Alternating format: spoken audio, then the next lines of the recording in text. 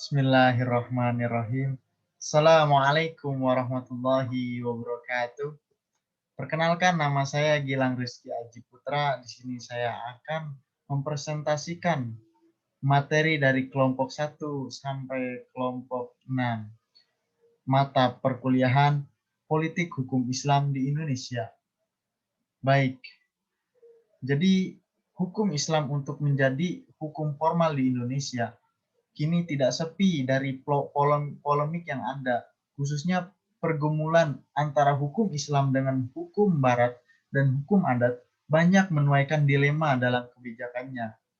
Nah, perseturuan inilah antara politik dan hukum sangatlah kuat dalam supremasinya. Jika dilihat dari perkembangannya, terdapat 3 persimpangan dalam hukum Islam di Indonesia. Yang pertama berasal dari kelompok yang menghendaki pemberlakuan hukum Islam di Indonesia untuk mengatur pemeluknya disebut kelompok tradisional, yakni kelompok yang beranggapan bahwa agama mengatur semua aspek kehidupan. Maka umat Islam harus mempraktekkan aturan-aturan hukum Islam termasuk dalam kehidupan bernegara sekalipun. Nah, kemudian yang ketiga, kelompok moderat. Kelompok moderat ini berasal dari golongan yang menginginkan adanya keseragaman dan kesatuan hukum. Kemudian ketiga, kelompok sekuler yang menginginkan tidak berlakunya hukum Islam secara melembaga. Nah, kelompok ini beralasan bahwa agama hanya mengatur urusan individu dengan Tuhannya yang berupa ibadah ritual, sama sekali tidak mengatur aspek sosial konkret termasuk aturan hukum. Hubungan yang antagonistik tersebut sangatlah kuat mempengaruhi kebijakan pemerintah, baik dalam penerapan maupun penyerapan hukum Islam. Indonesia mayoritas penduduknya beragama Islam. Sudah tentu saja gitu akan selalu menjadikan Islam sebagai sendi pemegang peranan signifikan dalam berbagai segi kehidupan. Islam dalam perspektif pemeluknya bukan sekedar doktrin asyik. Ia memiliki nilai, prinsip, dan sumber motivasi yang khas. Oleh karena itu, hasrat umat Islam untuk memberlakukan syariat atau hukum Islam di Indonesia selalu mengemuka dalam setiap tahapan-tahapan di tanah air ini. Terlebih pada era krisis multidimensi yang kemudian banyak memunculkan keinginan untuk kembali pada nilai-nilai alternatif yang berbasis Islam. Pada dasarnya, politik dan hukum Islam adalah dua sisi mata uang yang tidak dapat dipisahkan dalam suatu masyarakat Islam. Hukum Islam tanpa dukungan politik sulit diterapkan. Begitu pula sebaliknya, politik yang mengabaikan hukum Islam akan mengakibatkan kekacauan dalam tatanan bermasyarakat. Hal ini diyakini benar oleh mereka yang telah memiliki kesadaran hukum, sehingga mempraktekkan dan memperjuangkan hukum Islam dalam sebuah negara mayoritas penduduk beragama Islam adalah suatu keharusan bagi umat Islam, baik melalui jalur legal formal maupun jalan substansial. Di Indonesia, implementasi cita hukum dan kesadaran hukum multidakmau turut dibentuk oleh konfigurasi sosial politik yang berkembang dalam masyarakat. Nah, kemudian kita membahas pengertian politik hukum Islam. Politik hukum adalah suatu pernyataan kehendak penguasa negara mengenai hukum yang berlaku di wilayahnya dan mengenai arah perkembangan hukum yang dibangun. Dapat pula diambil pengertian bahwa politik hukum adalah kebijakan hukum atau legal policy yang akan atau telah dilaksanakan secara nasional oleh pemerintah Indonesia, meliputi aspek-aspek hukum yang diperlukan dalam pembentukan hukum, yakni pertama, pembangunan hukum yang berintikan pembuatan hukum dan pembaruan terhadap materi-materi hukum agar dapat sesuai dengan kebutuhan. Yang kedua, pelaksanaan ketentuan hukum yang telah ada termasuk penegakan fungsi lembaga dan pembinaan para penegak hukum. Jadi, politik hukum adalah bagaimana hukum akan atau seharusnya dibuat dan ditentukan arahnya dalam kondisi politik nasional serta bagaimana hukum difungsikan. Istilah politik hukum Islam atau dalam bahasa Arab yakni al-siyasah al-syari'iyah merupakan aplikasi maslahah mursalah, yaitu mengatur kesejahteraan manusia dengan hukum yang ketentuannya tidak termuat dalam syara. Sebagian ulama mendefinisikan politik hukum Islam sebagai perluasan peran penguasa untuk merealisasikan kemaslahatan manusia sepanjang hal tersebut tidak bertentangan dengan dasar-dasar agama. Sebagian lainnya memberikan pengertian lebih umum dari segi bahasa, yaitu mengatur kesejahteraan manusia sesuai dengan hukum. Yang jelas, sepanjang ada kemaslahatan, artinya syariah telah ditegakkan. Prinsip inilah yang menjadikan hukum Islam tidak bersifat statis, melainkan memperluas ke semua sisi kehidupan manusia, baik secara individu maupun sosial. Baik teman-teman, dalam perspektif politik hukum Islam inilah sistem hukum terbagi menjadi dua macam. Yang pertama, produk hukum yang dihasilkan oleh mujtahid fikih berdasarkan atas metodologi yang mereka ciptakan. Kemudian yang kedua, kebijakan para pakar politik dalam merealisasikan kemaslahatan dalam menghadapi perkembangan zaman. Menurut para ahli, macam yang kedua ini dapat disesuaikan dengan mengutamakan kemaslahatan sejauh tidak menyimpang dari batasan-batasan agama dan dasar-dasarnya sebagai totalitas. Kemudian demikian juga dengan produk hukum yang harus didasarkan dengan hukum Islam dengan tetap menyesuaikan situasi dan kondisi yang mengitarinya termasuk dalam produk perundang-undangan. Alasan lain selain yang disebut di atas adalah selain yang disebut berikut, yakni tugas umat untuk menciptakan ketertiban di muka bumi, yakni tata tertib sosiopolitis yang harus ditegakkan atas dasar etika yang sah dan viable. Studi ini mengambil pengertian bahwa politik hukum Islam adalah legal policy yang akan atau telah dilaksanakan pemerintah Indonesia dalam mengatur dan melindungi masyarakat Indonesia dengan dibentuknya undang-undang serta aturan permanen bagi umat Islam melalui legislasi atau membentuk akomodasi politik lain. Kemudian konseptualisasi politik hukum Islam di Indonesia. Untuk memahami politik hukum ini, Islam di Indonesia perlu diberikan uraian singkat tentang konsep dan ruang lingkup sekitar tema bahasan ini. Paling tidak ada 3 konsep yang harus dijelaskan. Hukum Islam yang dimaksud dalam konfigurasi politik dan karakter produk hukum. Yang pertama hukum Islam. Hukum Islam itu adalah hukum yang dibangun berdasarkan pemahaman manusia atas nasal Quran maupun sunnah untuk mengatur kehidupan manusia yang berlaku secara universal, relevan pada setiap zaman atau waktu, dan tepat atau ruang bagi semua orang Islam dimanapun, kapanpun, dan kebangsaan apapun. Istilah hukum Islam sebagaimana diketahui adalah istilah khas Indonesia yang merupakan terjemah dari al-fiqh al-islami atau dalam konteks tertentu disebut asy-syari'ati hal-islamiyah. Dalam literatur barat, istilah ini dikenal dengan idiom Islamic law atau Islamic jurisprudence. Namun secara teknik, hukum Islam banyak dipakai untuk menggantikan istilah syariah dan fikih. Dalam perjalanan sejarah hukum Islam, setidaknya ada 4 macam produk pemikiran, yaitu kitab-kitab fikih, fatwa-fatwa, keputusan-keputusan peradilan agama, dan perundang-undangan yang di negeri-negeri Muslim. Masing-masing produk pemikiran hukum itu memiliki ciri khas sendiri dan memerlukan pemikiran tersendiri. Jadi, objek kajian hukum Islam dalam presentasi ini ialah hukum atau aturan yang sesuai dengan ketentuan dasar agama Islam yang mengandung norma atau moral dan norma hukum untuk kemaslahatan manusia sesuai dengan maqasid syariah yang merupakan pesan utama sekaligus substansi hukum Islam tersebut. Kemudian keberlakuan disahkannya oleh negara menurut prosedur yang ditentukan oleh konstitusi atau aturan-aturan lain berlaku di Indonesia.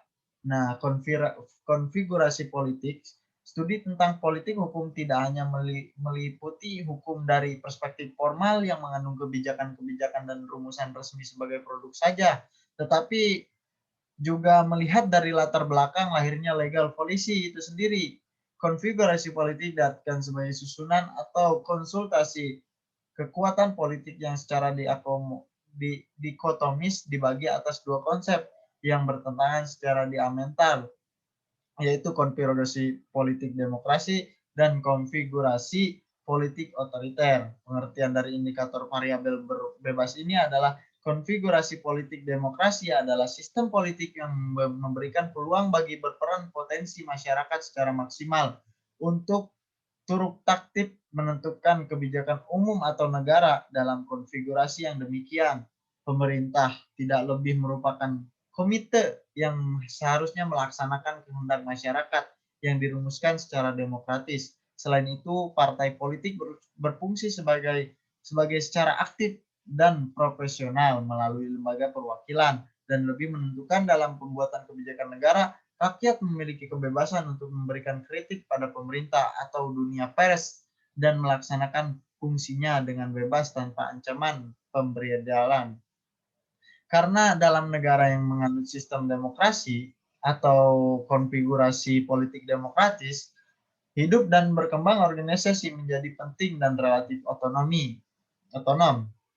Konfigurasi politik otoriter adalah sistem politik yang menempatkan pemerintah pada posisi dominan dengan sifat yang intervensionis dalam penentuan dan pelaksanaan kebijakan negara. Potensi dan aspirasi masyarakat tidak teragresi dan terartikulasi secara proporsional. Bahkan akibat peran pemerintah yang sangat dominan, badan perwakilan rakyat dan partai politik tidak berfungsi dengan baik dan hanya merupakan alat justifikasi atau rubber stamp saja atas kehendak pemerintah. Rakyat tunduk dan tidak dapat mengkritik pemerintah atau pers tidak memiliki kebebasan, senantiasa berada di bawah kontrol pemerintah, bayang-bayang memperbedalan. Kemudian karakter produk hukum. Karakter produk hukum dalam presentasi ini disamakan dengan sifat atau watak produk hukum. Hal ini sebenarnya dapat dilihat dari berbagai sudut teoritis, misalnya dari segi-segi tentang hukum dapat dikemukakan dalam hukum mempunyai sifat umum atau hukum atau peraturan hukum tidak ditujukan kepada seorang dan tidak akan kehilangan kekuasaannya jika telah berlaku terhadap suatu peristiwa konkret atau abstrak, mengatur hal-hal yang belum terikat dalam kasus-kasus konkret. Selain itu adalah mengidentifikasikan hukum dengan sifat imperatif dan populatif. Nah, dalam presentasi ini kita difokuskan pada sifat atau karakter produk hukum yang dibagi secara dikotomi antara hukum otonom dan hukum menindas serta hukum responsif dan hukum ortodoks. Kedua dikotomi tersebut kemudian dikelompokkan menjadi satu kotomi, yaitu hukum responsif atau otonom atau populistik dan hukum konservatif ortodoks atau elitis.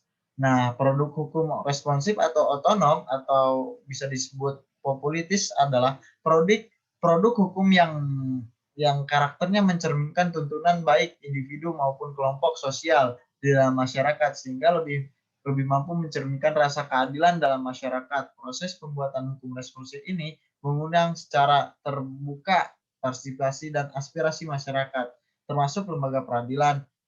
Hukum diberi fungsi sebagai alat pelaksana bagi kehendak masyarakat, oleh karenanya ia menggambarkan muatan isi atau isi yang aspiratif, sedangkan rumusan hukumnya dibuat cukup rinci sehingga tidak terbuka untuk dapat diinterpretasikan berdasarkan kehendak dan visi pemerintah sendiri.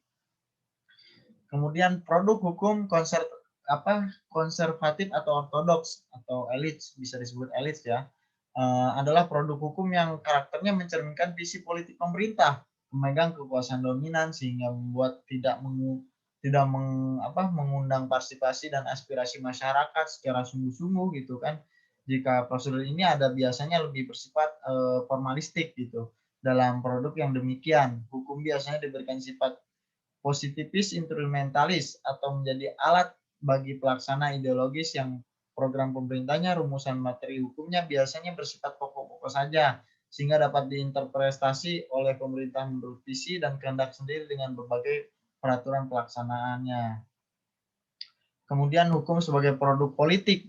Asumsi bahwa hukum merupakan produk politik mengantarkan Saya pada hipotesis bahwa konfigurasi politik tertentu akan melahirkan karakter produk hukum tertentu pula secara dikotomis. Konfigurasi politik dibagi atas konfigurasi demokrasi dan konfigurasi non demokratis. Sedangkan variabel variabel produk hukum dibagi atas produk hukum yang berkarakter responsif atau otonom dan produk hukum yang berkarakter ortodoks atau konservatif atau midas gitu. Aksioma ini tidak terlepas dari pendapat kalangan ahli hukum mengenai hubungan antara politik dan hukum. Setidaknya ada dua golongan yang mengkaji hal ini. Yang pertama, kaum idealis yang terdiri pada sudut Dasolen yang mengatakan bahwa hukum harus mampu mengendalikan dan merekayasa masyarakat termasuk dalam kehidupan politik. Kedua, kaum realis yang berdiri pada pandangan desain. Mereka beranggapan bahwa hukum selalu berkembang sesuai dengan perkembangan masyarakat, artinya hukum berada pada posisi dependent variable bagi keadaan di luarnya, terutama keadaan politik. Memang di dalam kenyataan hukum itu lahir sebagai refleksi dan konfigurasi politik yang melatarinya. Dengan kalimat yang ada dalam aturan hukum ini tidak lain merupakan kristalisasi dari kehendak-kehendak politik yang saling bersaingan dalam kenyataan empirik.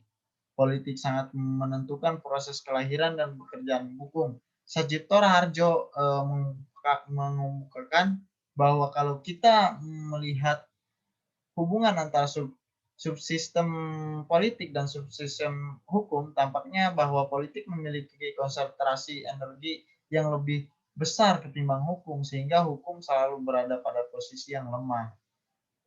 Kemudian berlakunya hukum Islam di Indonesia dari sudut historis dan yuridis formal, keberadaan negara Republik Indonesia adalah sebuah negara yang pernah dijajah oleh Belanda, Inggris, dan Jepang, masing-masing membawa jenis hukum dan selang waktu yang berbeda-beda, dan karenanya telah dan akan memberikan implikasi yang berbeda pula. Dari sinilah kita akan dapat memahami adanya pluralitas sistem hukum yang berlaku di Indonesia sebagai sebelum konsekuensi hukum Islam sebagai bagian yang terpisahkan dari ajaran agama atau Islam.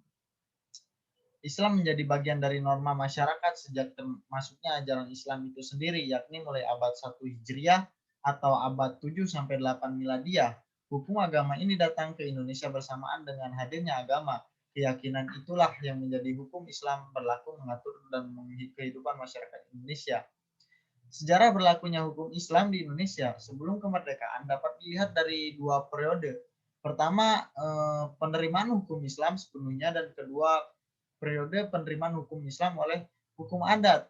Periode penerimaan hukum Islam sepenuhnya disebut dengan teori recepti in complex, sedangkan periode penerimaan hukum Islam oleh hukum adat disebut teori recepti.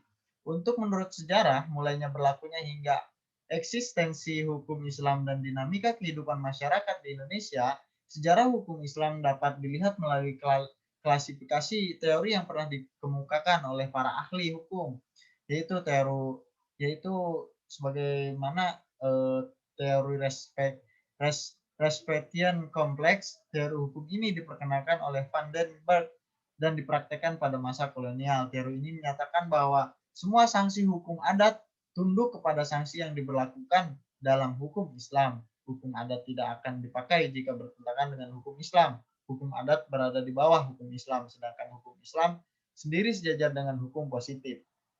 Nah, teori inilah berlakunya sejak pemerintahan kolonial berlakunya hukum Islam, khususnya hukum perkawinan dan hukum waris yang kemudian disebut dengan hukum kekeluargaan.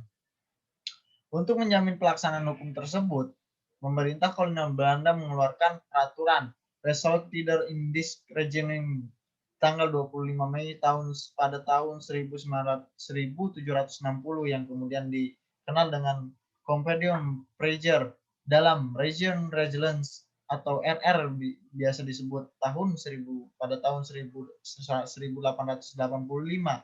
Pasal 75 dinyatakan bahwa oleh hakim Indonesia hendaknya diberlakukan undang-undang agama atau Goods Instituter. Kemudian ada teori resepsi, berkembalikan dari teori pertama tadi. Jadi teori ini kebalikannya begitu. menyatakan bahwa hukum yang berlaku bagi orang Islam adalah hukum adat mereka masing-masing. Hukum Islam berada di bawah hukum adat dan hukum adat berdiri sejajar dan hukum positif. Teori ini dikembangkan oleh Snodgrass atau orientasi Belanda setelah melakukan penelitian di berbagai daerah di tanah air. Ia menyimpulkan bahwa hukum Islam tidak dapat berlaku dalam masyarakat Muslim kecuali tidak diakui oleh hukum adat setempat. Politik hukum ini bermuatan di divide impera yang bertujuan menghambat atau menghentikan perluasan hukum Islam fungsinya. Selain sebagai konsep tandingan dari teori pertama, sekaligus mendukung politik pecah-pecah belah kolonial Belanda, tertuanglah melalui Indies States Regeling atau IS yang diundang dalam STBL tahun 1929 disebut bahwa hukum Islam disebut dari tata hukum Hindia Belanda pasal 134 asal ayat 2 IS tahun 1929 itu berbunyi dalam hal terjadi perkara perdataan antara sesama orang Islam akan diselesaikan oleh hakim agama apabila hukum adat mereka menghendaki dan sejauh itu tidak dikemukakan dari organisasi. Nah, kemudian perkembangan berikutnya muncullah teori-teori serupa pada zaman kemerdekaan. Hukum Islam pun melewati dua fase. Fase pertama hukum Islam sebagai sumber persuasif dalam konteks hukum konstitusi, yaitu sumber hukumnya yang diterima apabila diyakini. Dalam konsep hukum Islam, Piagam Jakarta sebagai salah satu hasil sidang BPUPKI merupakan sumber persuasif. Fase kedua, hukum Islam baru menjadi sumber otoritatif dalam ketenagaraan ketika dekret Presiden 5 Juli tahun 1959 mengakui bahwa Piagam Jakarta menjiwai Undang-Undang Dasar 1945. Nah, yang keduanya berfungsi sebagai counter atas teori-teori masa kolonial. Kedua teori-teori ini muncul setelah Indonesia merdeka dan Pancasila besar Undang-Undang 1945 telah ditetapkan sebagai dasar sumber hukum. Kemudian ada teori respect control atau receptive exit. Adalah teori yang menyatakan bahwa hukum adat berlaku kalau tidak bertentangan dengan hukum Islam. Hukum adat tidak sejalan dengan ketentuan hukum Islam harus dikeluarkan atau ditolak atau dilawan lah gitu.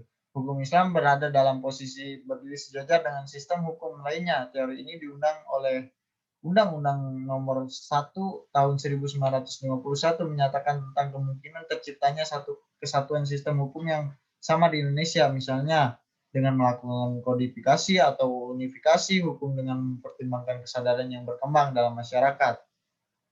Kemudian ada teori eksistensi. Teori ini dikemukakan oleh Instiarto SA untuk mempertegas dan mengeksplisikan makna country dan hubungannya dengan hukum nasional. Teori ini eksistensi ini mengokohkan keberadaan hukum Islam dan hukum nasional. Menurutnya hukum Islam ada eksis sebagai bagian integral dari hukum nasional.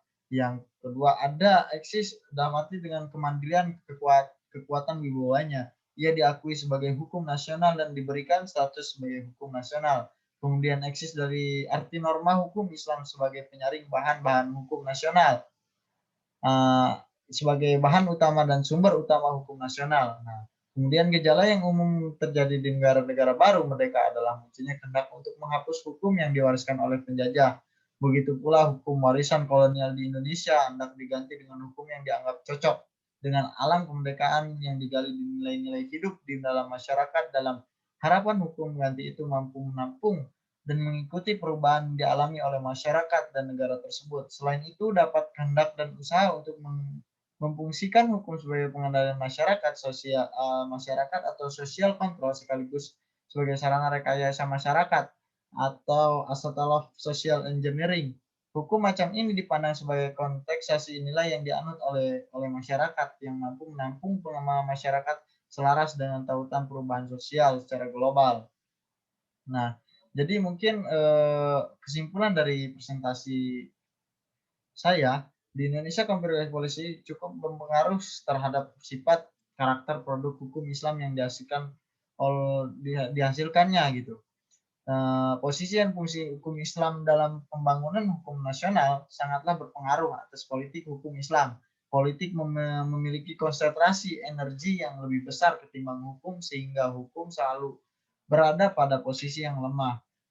Berdasarkan hukum Islam di Indonesia sebagai refleksi kajian politik hukum Islam sebelum merdeka dan sesudah merdeka, berlakunya hukum Islam sebelum kemerdekaan dapat dilihat dari dua periode penerimaan hukum Islam sepenuhnya yang disebut receiving income class, dan penerimaan hukum Islam oleh hukum adat disebut teori respect perjalanan kemerdekaan. Hukum Islam pun melewati dua fase. Fase pertama hukum Islam yang tadi sudah dijelaskan, sumber persuasif dalam konteks hukum konstitusi, yaitu sumber hukum yang diterima apabila diyakini.